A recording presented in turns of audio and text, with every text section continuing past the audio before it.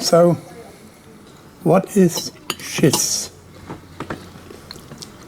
What's the title? SCHIZZZ. SCHIZZZ. SCHIZZZ. SCHIZZZ. In German we say SCHIZZZ because it's SCH. SCHIZZZ. Ah, and what does it mean? Well, the original title was Schizophrenia, and then Daniel put on his SoundCloud the soundtrack and decided to narrow it. Skits, because I liked the combination of schizophrenia and SCHIZZZ. Yeah, a sketch. Sketching something. Yeah. Very quick. Automatic drawing. I like that combination. So that became the name. And so it should be suggestive but slightly mysterious, I think. But I don't remember how the third said. No, I think I just added it. I don't know why. It always had 3 Z's. Yeah? I thought it was 2 or something. No, it's always 3. Yeah. I don't know why. I find naming music quite irritating. So sometimes I call things not even a real word, just it's a bit like online. I never give a real name if I open an email account, for instance. And the problem is this follows you around. So I have a number of these online identities. And then people just, suddenly contact me going, why am I getting emails from you with this completely different name? I'm like, yeah, that is actually me. A good follower knows all your name. I suppose so, yeah. He finds you in Berlin in the Acud Theater, and he only finds you in the SoundCloud as Ghost Radio. For instance, yeah. And this is... How did you come together? What was the idea? When did you meet and said, we will do this? Well, we met in 2009. I was working more or less full-time at that point for a Russian theatre company. It was 80-90% of my work at that time. And Valentin came to work on a project. I didn't know, but he'd been inspired to come and work with this company because of a show that I'd done the music for. I didn't know that at the time. And then we did a couple of things, the thing in Glasgow, and I knew he was interested in the Butoh side of things. I don't know if we talked about it a little bit, I can't remember. And then when I realized he was living in Berlin and I was looking for somebody to work on improvisation with, and I had a pretty good idea that Valentin would be right, it would work between us. I had a good feeling about it. So I just contacted him and said, how about it? And then you had some workshops and I came along and I did some music for a very different sort of solo. But it was the beginning, I suppose. Yeah. Beginning of series of improvisation. Yeah, I was 2015, I remember. I moved to Berlin, studied, did master program. And it was a lot of this academical time and researches, thoughts, writings, lectures, seminars, a lot. Like practice was so little. and yeah, and then. It was important to actually do a bit of performing. Why? Let's dance. Let's make improv without. I mean, we can just think about what the title. Yeah, a title's enough. Yeah. Yeah, and sometimes alone solo, sometimes someone else. Yeah, sometimes there were duets, and we did one thing with a group from the workshop, didn't we? As a group show.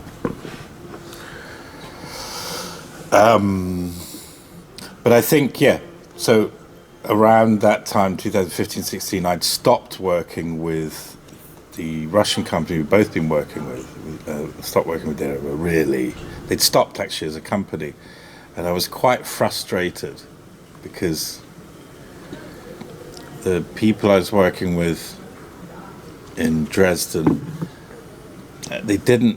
no one had a good approach to improvisation. In fact, no one really seemed to know or care what it was. And I made some attempt to introduce it into that working practice, but it never quite worked. It kept turning into cabaret. That's what happened. Yeah. So you'd start with these strange shows that were combinations of different acts, and I'd string them together musically. Then it became an opportunity for everybody to do 5 minutes. And it became... It's a particular problem in Dresden, actually. If you're not careful, everything will turn into a kind of unfunny humour that's really untroubling. A little bit clowny, but not too much. I feel it's all a little bit like children's television. So when you're happy, you really smile, and when you're not happy, you really frown, and you tell nice stories that may be a little bit funny, a little bit cheeky, but nothing that's going to cause any trouble. And I'd had enough of this. I still can't stand it, I wanted to get as far away from that as I possibly could into a pure improvisation where we're not discussing verbal concepts, and where we weren't where we were able to trust the audience also. Because I tended to find with the people I was working with, they didn't like improvisation partly because they didn't trust the audience. They thought the audience wouldn't understand what was going on. And if you don't trust your audience, you can't really do anything. Yeah. Because you're so worried about whether they're going to understand, and you can't control this. I find that quite distressing, but it's people are how they are. They get set in their ways. So when do you show SCHIZZZ in Dresden? We did it a couple of times. As Schaubensommer? Schaubensommer, that was very successful. Nine Stück. Oh, you can do it. This is the problem. It's the professionals in Dresden who are the problem, not the people. The people just want, like anyone else, want strong performances. No, it's the actors and theatre companies who think that the people won't understand them and are very worried about that. It's not actually true. Oh yeah, we did it in Schaubensommer, so that was like 9 shows or 12 shows, a lot of shows. 3 shows. 3 shows a day, yeah. And then we did it at SCHIZZZ Theater as part of what did they call it? Freakstadt. Yeah, which is a kind of evening of mixed theatre. In Czech Republic, yeah, was it in small, in this other boat, you remember? Yeah, on the boat, there's like theater venue on the boat. On a boat, yeah. On a boat? Yes. Wow. Yeah. And we played it in Frankfurt, a very nice festival called Sommerwerft.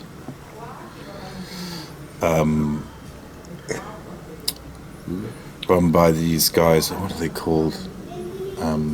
Antigone. Yeah. Who live on this big commune and an industrial part of Frankfurt. Very nice people. And for their festivals they They have some connection with Brazil. I'm not entirely sure what. All these kids come over from Brazil.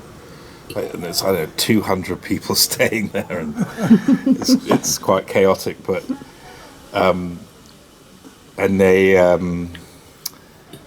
don't know how they got permission to do this. They feed everybody by going around to supermarkets and bakeries and taking what they're going to throw away. They have some agreement with the city to do this. Oh, okay. Because it has a social work aspect. Because these kids are often from bad parts of cities in Brazil.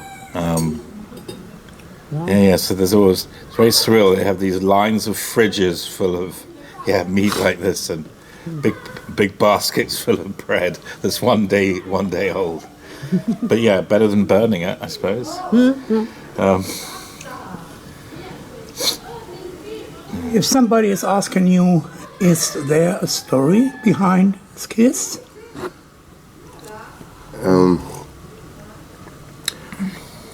For me, it makes special sense. My most important teacher and who influenced me a lot was Butoh. He said once, if you want to understand what Butoh is, read Gilles Deleuze's Capitalism and Schizophrenia, all the book.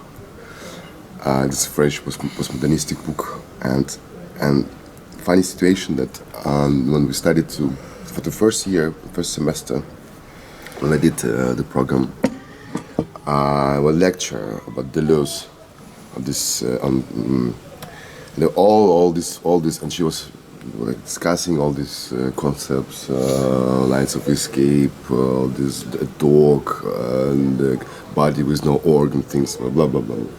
And then it happened that we are doing it with the improvisation with Daniel, and she was, how would you describe it? How would you do? But you can't really. It's deconstructions. It's all these great utilization things. You cannot.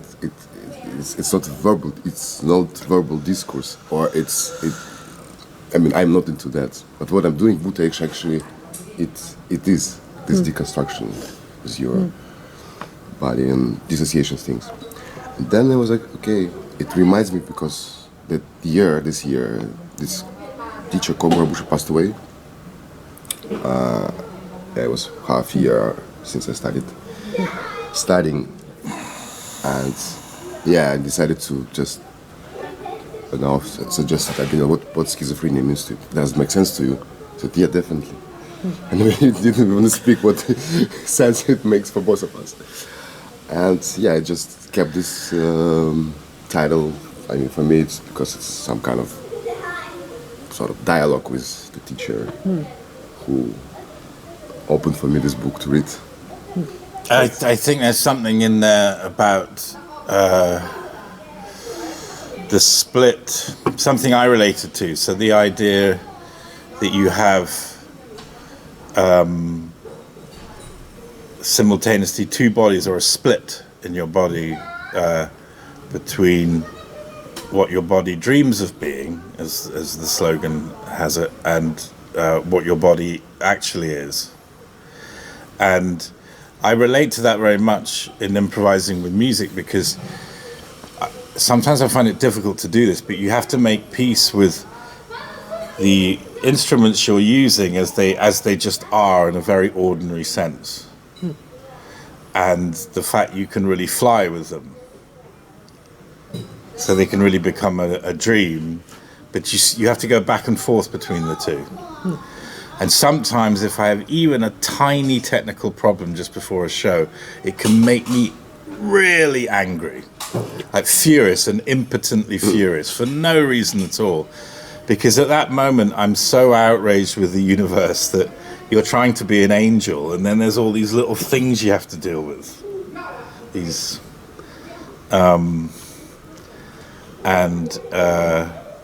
I suppose in Deleuze you have the feeling that that's a very good reason to rethink things, to start thinking in a new way.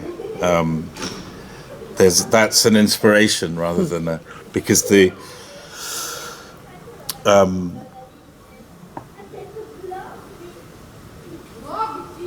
Yeah, the things you can't really escape from, well, you can still use them as tools.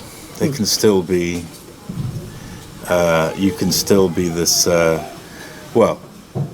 this, he calls it body without organs, because the organs are what attach you to the banal, or the daily, or the political, or the really boring real, the really irritating real.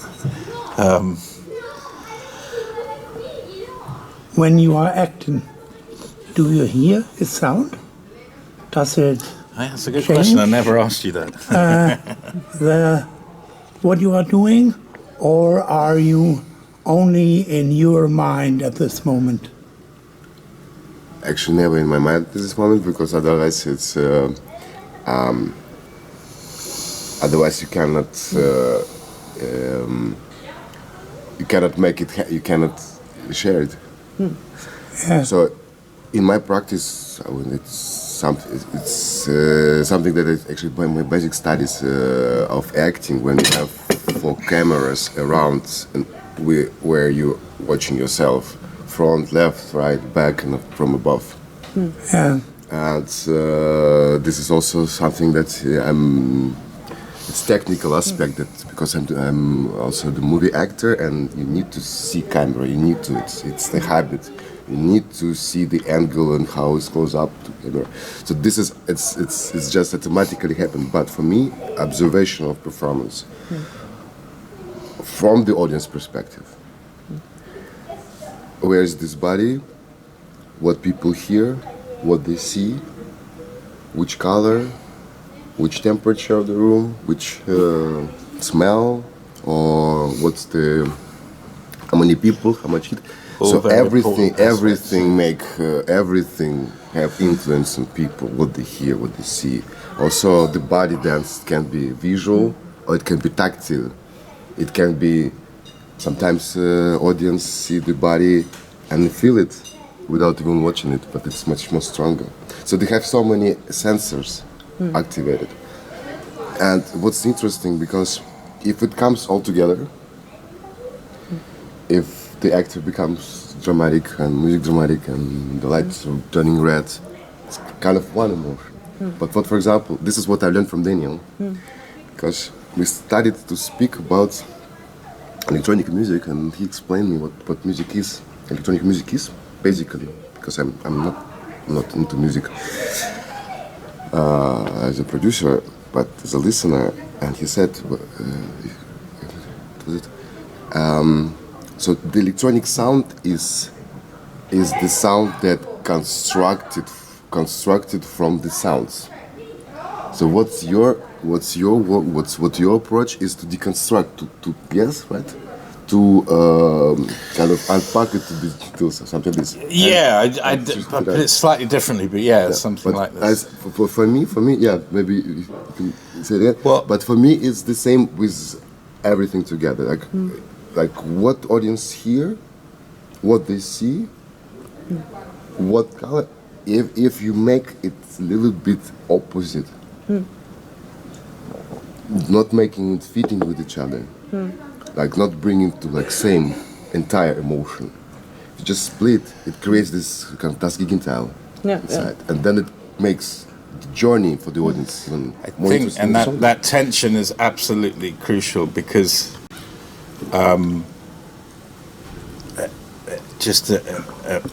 this is a bit of a caricature, but if you have a dancer who is trying to portray a very strong emotion, why use music that's also trying to express that kind of emotion? That's cream with butter. It doesn't. You don't need it, and in fact, you can then you can actually find a stronger way with a resistance, a contrast. Yeah, I think the thing about the deconstructive aspect, for me, it's a little bit more just before the construction. So it's just when you think something is about to turn into something, but it doesn't quite yet. I think that's an area of invention with music. And this I find immensely frustrating. How few musicians are prepared to look at this, because it's so much easier to continue producing packages. But I'd once played. I don't often play in concerts or in clubs, but I once did a few years ago. And this young guy came up to me after the show, and he clearly had really liked the music, but he kept saying to me, "But what kind of music is it?" I'm like, "Well, what do you mean?" He goes, "Well, is it techno? Is it dubstep?" I'm like, "It's just music. I mean, I just don't think of it in that way." And that, in a way, with electronic music, that's almost like a kind of sin. If you don't play something which is instantly recognizable, even if you're innovating within that genre. But the idea of not making anything that belongs to any genre is something very, very few people are prepared to do. I don't really understand why. Well, it's because, we had this young guy working with us at the workshop who's now studying, where is he? He's studying doing some media course. And he's saying that it's all marketing. That's what we get taught, is brand development and promotion. And these are all supposed to be designers and musicians, and it's brand development. And I don't know why everybody, because 10 in 10,000 are going to do well out of that. Why spend your life chasing that? You're so unlikely to get anywhere, and every year it gets less and less likely. But that's an opportunity to have a look at why you'd ever reach the point where something fits something else. But I suppose no one has good teachers anymore. This really was a question for me when I saw you yesterday, is really how do you influence each other at this time, because there are a lot of ways. You can look at him, and maybe now what you are doing is influenced by him.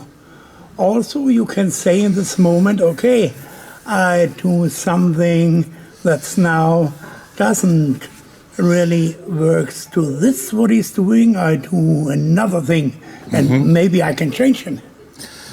Well, that's interesting, and I think it's slightly complicated because, and it's maybe the same for Valentin. At any moment, I'm already doing something, so that already has certain set of demands. Certain things you need to do to keep it controlled. I realize he's going to move towards something that could become a climax. He's going to go to a different part of the stage. He's going to take some clothing off. He's going to put some clothing on. He's going to sit down. He's going to stand up. He's going to do something which could become a big moment between us. And I could, in that, unconsciously think, shall I steer everything that way? Which would then mean introducing a new element that's going to take over and follow him. Or shall I completely ignore it? Or shall I try and trick him? Shall I try and just drop the music out completely at the moment where you would think that's where you need support? But I think these things are all happening automatically. They're happening on an unconscious level. I don't verbalize any of this in my mind. I don't have time. There were only few times, including this one, when we did the SCHIZZZ in the theater setup. Oh, that's true. It's not often been structuring the lights, or to have some kind of core for a technician to run it. So actually, we know that it's gonna be okay. Like this quarter of the show, it's like this quarter. Yes, so I'm there when they do the lights. I don't do sound. To make it happen organically, naturally, to make something happen. But mostly we've most of the times they were like no, absolutely nothing, no core. And also in Dresden you were concerning that. So it was absolutely 100% improvisation. Yeah, we don't Without normally any talk at all fixed about it. beginning, finale, and this is I think that arise this like, basic codes of this, because that is. Yeah, because you're then forced to be sometimes music very can closely. Yeah, it can drop you because also I cannot anticipate how long, because if it's like sound producer musicians who record this and they have specific timing of this track and same with songs or they're playing it on live, because Daniel can make some reference to this and drop it and switch to something and extend it, and it's always provocative, but this is the game. Same with this, because then it's when this kind of das Gegenteil, this kind of, let's say, difference, conflict happens. It keeps it fresh. And but also if it stays like this in opposite, it's getting bored, and then it should become one. And this, and it's. This was something really fascinating for me yesterday, because your movement and his music always fitting together, always making two parts of one. And fits together. But I knew before that most of what you're doing is improvising. I thought, how are they doing this? Is you start improvising and the music follows, or the music improvises and you follow? Because it always fits together. Well, both. I mean, yes. We had a really magical moment in the workshop. Really fantastic. I wish I'd recorded it. The guys had to do an exercise where they had to walk very slowly from the back forward. Were they making the flower as well? Anyway, something like this. And they were just supposed to begin, and one guy shouted out, "How long should it be?" And there was complete silence. And then they did it. That long. That's how long it should be. So it's like this. So why? It's do I follow him? Does he follow me? Yes. Both. What are the plans for the future? For near future, or Near future. how long is the future? Because I think for the future is counterproductive to Butoh. Yeah, it can be. Well, we have a. But I think you have plans when you do the next week, the next month. We have an interesting project next month that I've put together a 3-part show. So like a whole evening of theatre is the idea. The first 2 parts are not improvised. They're small ballets, really. I'd almost call them. So the first were 2 dancers, and I speak and play music. And then the third one is 3 dancers, and I also speak and make some music. And then the third part will be Valentin and 3 other dancers, where we'll do something like, or a continuation of, a big Butoh piece that we did last year.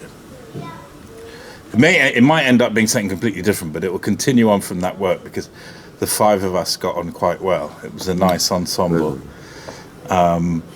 So it seemed the perfect choice to, because I really liked the idea of our friend Max Zdenko. He did a piece, a theatre show, which I saw in Dresden. I never remember the name. It's the 3-part one based on a famous book from the 90s, famous Russian book.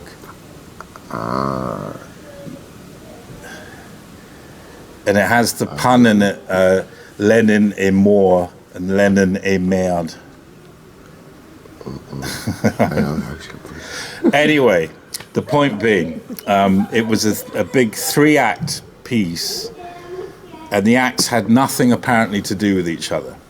So the first one was a 1-hour concert of a band, but in a very Russian manner, where it's actually a theatre piece. It's not really a band at all. It just looks like one and sounds like one. The second part was a long kind of Tarkovsky style, very philosophical conversation very spiritualist conversation between two guys just sitting on a piece of wood, and behind them are dancers building a sculpture. It went on for about 1 hour with German super titles because they're speaking in Russian. And the third part was a ballet. And I really like this, that the evening had a feeling of one, but they didn't have much to do with each other. I thought, yeah, you can really do that. So I wanted to try something a bit like that. So that's our next thing. Thank you to you both for this great 2 days. It was also a strong experience for us. I'm glad you enjoyed it. And let's see what the future will bring to us all. Yeah. Thank you. Thank you. Thanks. Thank you, Eddie.